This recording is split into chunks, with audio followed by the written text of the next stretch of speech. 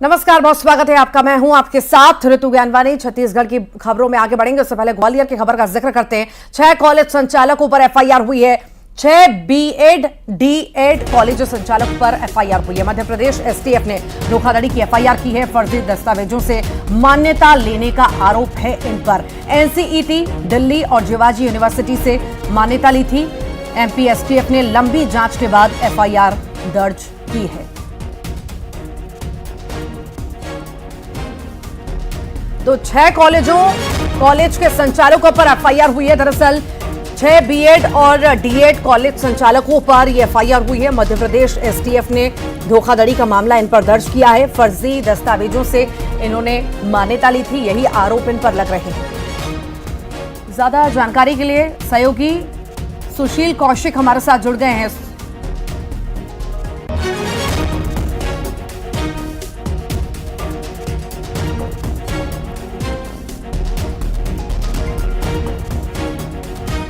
तो ग्वालियर का हम जिक्र कर रहे हैं। 6 कॉलेज संचालकों पर एफआईआर हुई है। दरअसल ये कॉलेज संचालक हैं और 6 बीएड डीएड कॉलेज संचालकों पर एफआईआर हुई है क्योंकि धोखाधड़ी का मामला इन पर दर्ज हुआ है। फर्जी दस्तावेजों से मान्यता लेने का इन पर आरोप लग रहा है। एनसीईटी दिल्ली और जिवाजी यूनिवर्सिटी से इन्होंने मान्यता ली थी। एमपी एसटीएफ ने लंबी जांच पड़ताल की, उसके बाद एफआईआर दर्ज हुई है। अब इन पर एफआईआर, गिरफ्तारी कब होगी, कैसा क्या रहेगा, ये भी जानकारी सहयोगी से लेंगे। पर ये बड़ी कार्रवाई हमें देखने को मिली है। एफआईआर भी जो है दर्ज की गई है। किन किन धाराओं में दर्ज की गई है एफआईआर, ये भी जानने का प्रयास करेंगे। ज्यादा जानकारी के लिए सहयोगी सुशील कौशिक हमारे साथ जुड़ गए हैं। सुशील, 6 कॉलेज संचालकों पर एफआईआर हुई है। एफआईआर तो हो गई है, क्या गिरफ्तारी भी जल्द होगी और आखिर किन किन धाराओं के तहत मामला दर्ज हुआ है? बिल्कुल, देखिए, मध्य प्रदेश एसटीएफ ने जो 6 कॉलेज है ग्वालियर चंबल अंचल के, इन कॉलेजों के संचालकों के खिलाफ एफआईआर दर्ज की है। ये जो एफआईआर दर्ज की है एसटीएफ ने, इसमें धारा 420, 467, 68 सहित अन्य धाराएं शामिल है इन संचालकों के खिलाफ। दरअसल इन कॉलेज संचालकों ने एनसीईटी दिल्ली और जिवाजी यूनिवर्सिटी से मान्यता ली थी बीएड डीएड कॉलेज संचालक करने की, लेकिन इस मान्यता हासिल करने के लिए इन्होंने फर्जी दस्तावेज लगाए थे और यही वजह की एसटीएफ ने लंबी जांच के बाद इन 6 कॉलेज संचालकों के खिलाफ एफआईआर दर्ज की, जिनमें एक कॉलेज दतिया जिले के सेवड़ा का है, अंजुमन कॉलेज, दूसरा प्राची कॉलेज मुंगावली अशोकनगर का है, तीसरा सिटी कॉलेज शाडोरा अशोकनगर का, चौथा कॉलेज वीरपुर का श्योपुर का, इसके अलावा प्रताप कॉलेज ऑफ श्योपुर, इसके अलावा ग्वालियर का एक आइडियल कॉलेज है। ये 6 बीएड डीएड कॉलेज है कि इनके संचालकों ने फर्जी तरीके से दस्तावेजों के जरिए मान्यता हासिल की थी। अब एसटीएफ ने इनके खिलाफ एफआईआर दर्ज की। निश्चित तौर पर जो एफआईआर है उसमें जो धाराएं हैं वो नॉन अवेलेबल धाराएं हैं, तो निश्चित तौर पर आने वाले समय में इन संचालकों की गिरफ्तारी भी संभव है। ठीक, बहुत बहुत शुक्रिया जानकारी को साझा करने के लिए सुशील।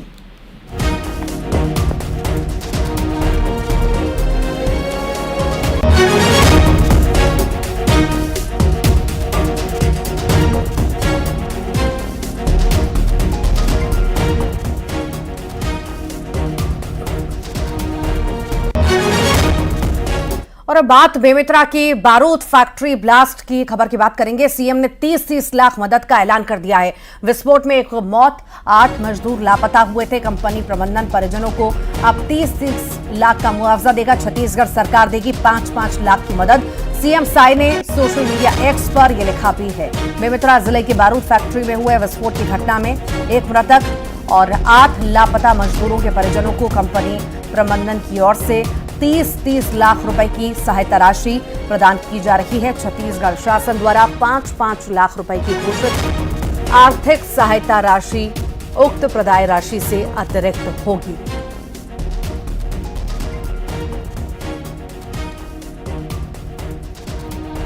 ज्यादा जानकारी के लिए सहयोगी आकाश हमारे साथ जुड़ गए हैं। आकाश, कहीं ना कहीं राहत भरी खबर, बारूद फैक्ट्री ब्लास्ट हुआ, उसमें जान चली गई, कई सारे लोग दब गए जिनका पता नहीं चला। अब सरकार तो मुआवजा देगी, साथ ही साथ जो फैक्ट्री मालिक है उसके भी द्वारा 30-30 लाख का मुआवजा दिया जाएगा। जी बिल्कुल, जो बेमेतरा के बोरसी स्थित बारूद फैक्ट्री में धमाका हुआ था उसमें जो है एक मजदूर की मौत हो गई थी, वहीं 8 लापता बताया बताए जा रहे थे। इसको लेकर दूसरे दिन 48 घंटे बाद जो है प्रशासन ने वहां रेस्क्यू ऑपरेशन बंद कर दिया था, लेकिन ग्रामीणों का प्रदर्शन था वो लगातार जारी था, क्योंकि सरकार ने पहले ही 5 लाख रुपए और कंपनी प्रबंधन ने पहले ही 5 लाख रुपए देने की घोषणा की थी, लेकिन ग्रामीण असंतुष्ट थे और लगातार प्रदर्शन कर रहे थे। आज भी वो प्रदर्शन पर थे। छत्तीसगढ़ जो लोग थे, काफी लोग वहां पे ग्रामीण मौजूद थे। इसके बाद जो खबर आ रही है उसमें प्रबंधन ने अब 5 लाख की जगह जो मृत व्यक्ति है उनको 30 लाख रुपए देने का जो है वो घोषणा की है। इसके साथ जो मुख्यमंत्री विष्णुदेव साय है उन्होंने पहले ही 5 लाख रुपए देने की घोषणा की थी। तो एक तरीके से एक मदद है, चूंकि ये लापता कहा जा रहा है 8 लोगों को, लेकिन वहां जिस तरीके से अंग मिले थे मजदूरों के, इससे ये कह सकते हैं कि उनकी भी मौत हो चुकी है और कंपनी प्रबंधन ने उन्हें 30 लाख रुपए की मुआवजा राशि जो है वो दे रहा है। जी ठीक, बहुत बहुत शुक्रिया आकाश जानकारी को साझा करने के लिए।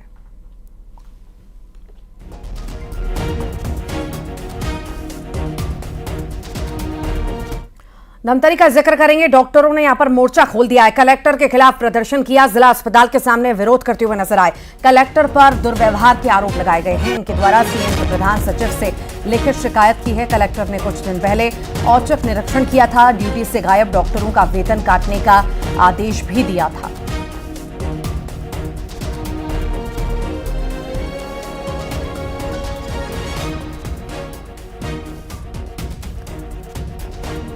तो कलेक्टर पर दुर्व्यवहार के आरोप जो हैं डॉक्टरों के द्वारा लगाए जा रहे हैं, साथ ही साथ प्रदर्शन उनके द्वारा किया गया। अब एक ज्ञापन भी सौंपा गया है। दरअसल कुछ दिन पहले कलेक्टर ने निरीक्षण किया था और कुछ डॉक्टर जो हैं गायब थे, जिसके बाद कलेक्टरों की नाराजगी देखी गई, चूंकि वेतन भी काटा गया। इसके बाद डॉक्टर्स की नाराजगी देखी गई, उसके बाद कहीं ना कहीं अब प्रदर्शन भी देखा जा रहा है। ज्यादा जानकारी लेंगे अभिषेक पांडे से। अभिषेक, क्या था मामला, बताइए। देखिए, कुछ दिनों पहले कलेक्टर ने धमतरी जिला अस्पताल का अचानक जाकर निरीक्षण किया था। जब कलेक्टर जिला अस्पताल पहुंचे तो वहां पर एक भी डॉक्टर मौजूद नहीं था। सभी 16 के 16 डॉक्टर वहां लापता मिले। तो कलेक्टर ने फौरन इन सभी के खिलाफ शो कॉज नोटिस जारी किया था। इनमें से 8 डॉक्टर तुरंत आ गए थे, तो उन्हें सिर्फ नोटिस दिया गया। बाकी के 8 डॉक्टर नहीं आ पाए, तो उनका एक दिन का वेतन भी काटा गया था। अब जो डॉक्टर हैं इस कलेक्टर के खिलाफ मोर्चा खोल रहे हैं 4-5 दिन बाद, और डॉक्टरों का कहना है कि कलेक्टर का जो रवैया है वो तानाशाहीपूर्ण है। वो अपने प्रतिनिधियों को भेजकर डॉक्टरों का अपमान करती हैं। इस तरह की बात करके मुख्यमंत्री के प्रधान सचिव को भी खत लिखकर शिकायत की गई है। डॉक्टरों का कहना है कि कलेक्टर जो ने उनका जो रोस्टर चेंज किया है उसे फिर से पुराने रोस्टर की तरह चलाया जाए। अगर उनकी बात नहीं मानी जाती तो फिर वो जिला अस्पताल को बंद करने की, काम बंद करने की चेतावनी तक सरकार को ये दे रहे हैं। तो एक बड़ा मुद्दा यहाँ पर धमतरी में खड़ा हो गया है। जी ठीक, बहुत बहुत शुक्रिया अभिषेक। बात करेंगे रायपुर के खमतराई थाना के गोंदवारा में एक फोम फैक्ट्री में भीषण आग लग गई। हादसे में 2 महिला कर्मचारियों की मौत हो गई। आग इतनी भीषण थी कि धुएं का गुबार दूर तक दिखाई दिया। आग लगने के दौरान फैक्ट्री में 7 मजदूर काम कर रहे थे। 5 लोगों ने भागकर अपनी जान बचा ली, लेकिन 2 महिला आग में फंस गई। सूचना पर पुलिस पहुंची। फायर ब्रिगेड की टीम ने इन्हें निकालकर अस्पताल में भर्ती कराया, जहां इलाज के दौरान उनकी मौत हो गई। आग पर काबू पाने के लिए फैक्ट्री की दीवार को जेसीबी से तोड़ा गया और आग पर काबू पा लिया गया।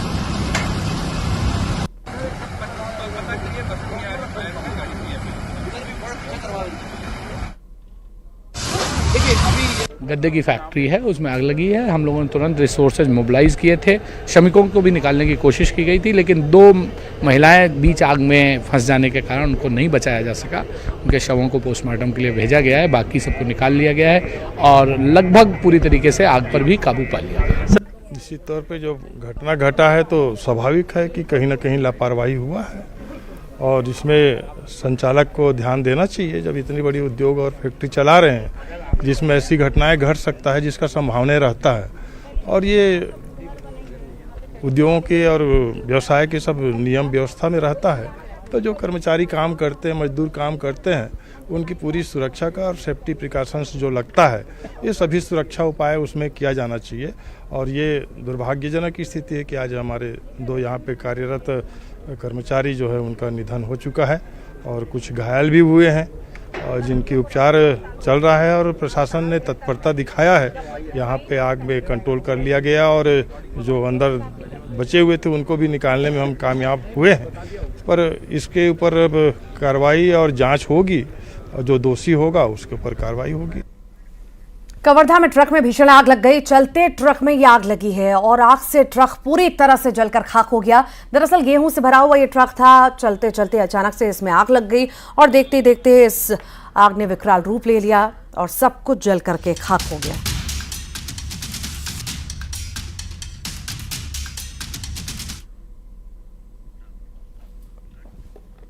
और अब आगे बढ़ेंगे, बात दुर्ग के करेंगे। गांजा तस्करों ने नाबालिग लड़के को बंधक बनाया और पीटा। लड़के के हाथ पैर बांधे, रस्सी से बांधे और उसकी लात घूंसों से पिटाई की।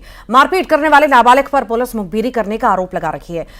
पिटाई का ये वीडियो सामने आया। वीडियो में दिखाई दे रहा है कि कमरे में 3 से 4 युवक हैं। एक लड़का जमीन पर बिछे बिस्तर पर बैठा है, उसके बगल में एक युवक लेटा हुआ है। वो नाबालिग को थप्पड़ मारता है, फिर घूंसे से उसका गले पर वार करता है। इसी दौरान गांजे की बात क्राइम ब्रांच से बताने का आरोप लगाता है और इसी बीच सफेद रंग की टी-शर्ट पहने युवक और आता है और वो लड़के के साथ मारपीट करता है। वहीं दूसरा युवक लात से लड़के पर वार करता है। बताया जा रहा है कि आरोपी पहले चोरी के मामले में जेल जा चुके हैं।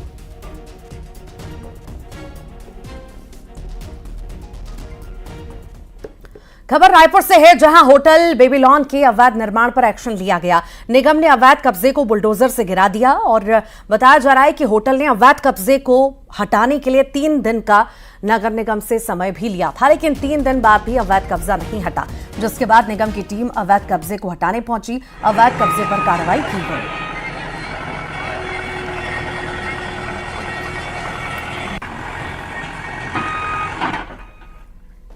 दुर्ग में महिला ने ट्रेन से कूदकर अपनी जान दे दी। इलाज के दौरान उसकी मौत हो गई। जिला अस्पताल में भर्ती थी। हावड़ा से पुणे ये ट्रेन जा रही थी। चलती ट्रेन से महिला ने छलांग लगा दी, वो कूद गई और उसके बाद कुछ लोगों ने उसे अस्पताल पहुंचाया, जहां इलाज के दौरान उसने दम तोड़ दिया।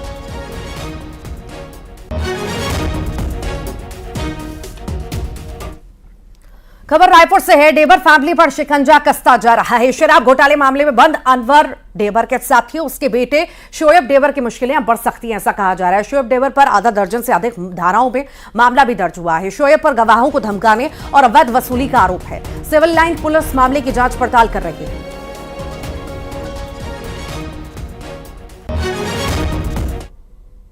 बस्ती अंतर्गत इरफान मेघजी प्रार्थी, जो मुंबई के रहने वाले हैं, उनके द्वारा रिपोर्ट दर्ज कराई गई कि वो सुपरवाइज़र का काम करते थे और वो लोटस टावर में रह रहे थे। और जब यहाँ से वो चले गए, कुछ दिन बाद उनके फ्लैट का ताला तोड़कर उसके सोने चांदी के जेवरात और कुछ नकदी रकम, कुछ डॉक्यूमेंट्स सोहेल ढेबर और निखिल खत्री और पापा करके कोई है, इनके द्वारा उसी दौरान कोई वीडियो कॉल में भी उसमें उपस्थित था। तो इसमें मुकदमा दर्ज कर लिया गया है संबंधितों के खिलाफ। इनके खिलाफ कार्रवाई की जा रही है। पुणे हिट एंड रन मामले में बड़ी खबर। आपको बताएं, नाबालिग आरोपी की मां से अब पूछताछ होगी। नाबालिग आरोपी की मां शिवानी अग्रवाल अभी फरार है। शिवानी अग्रवाल पर डॉक्टरों को धमकाने का आरोप है। हादसे में एमपी के 2 इंजीनियर की मौत हुई थी और उसके बाद ये सामने आया है।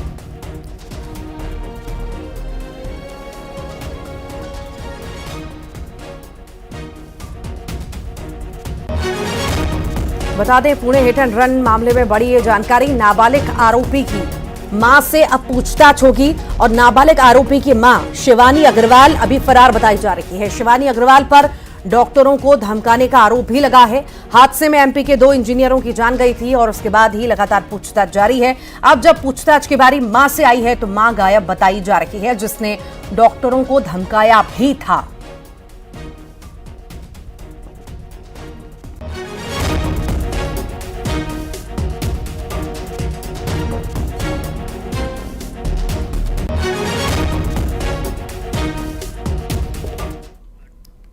खबर जगदलपुर से है, जहां एनएमडीसी प्रबंधन के खिलाफ 10 पंचायतों के लोगों ने मोर्चा खोल दिया है। दूषित पानी के खिलाफ किसान प्रदर्शन कर रहे हैं। किसानों का आरोप है कि प्लांट से निकलने वाले पानी से फसलें बर्बाद हो रही हैं और इसी वजह से इनके द्वारा प्रदर्शन किया जा रहा है।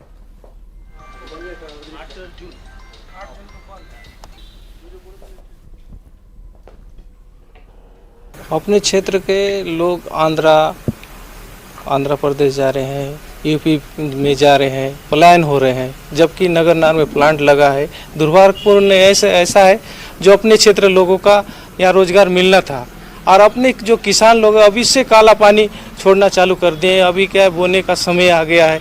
बीच में भी हम लोग प्रशासन शासन के पास गए थे और एनएमडी के पास भी गए थे, कोई सुनवाई नहीं हो रहा है। इसको देखते हुए क्या है, हम लोग उग्र आंदोलन का फैसला लिए हैं।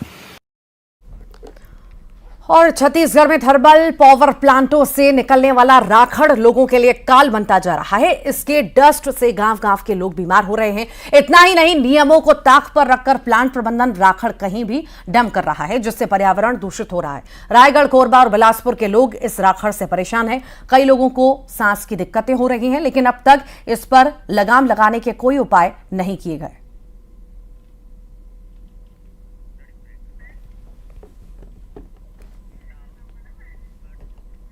और इसी के साथ यहां रुक रहे एक छोटे से ब्रेक के लिए, जल्द लौट रहे हैं और भी खबरों के साथ।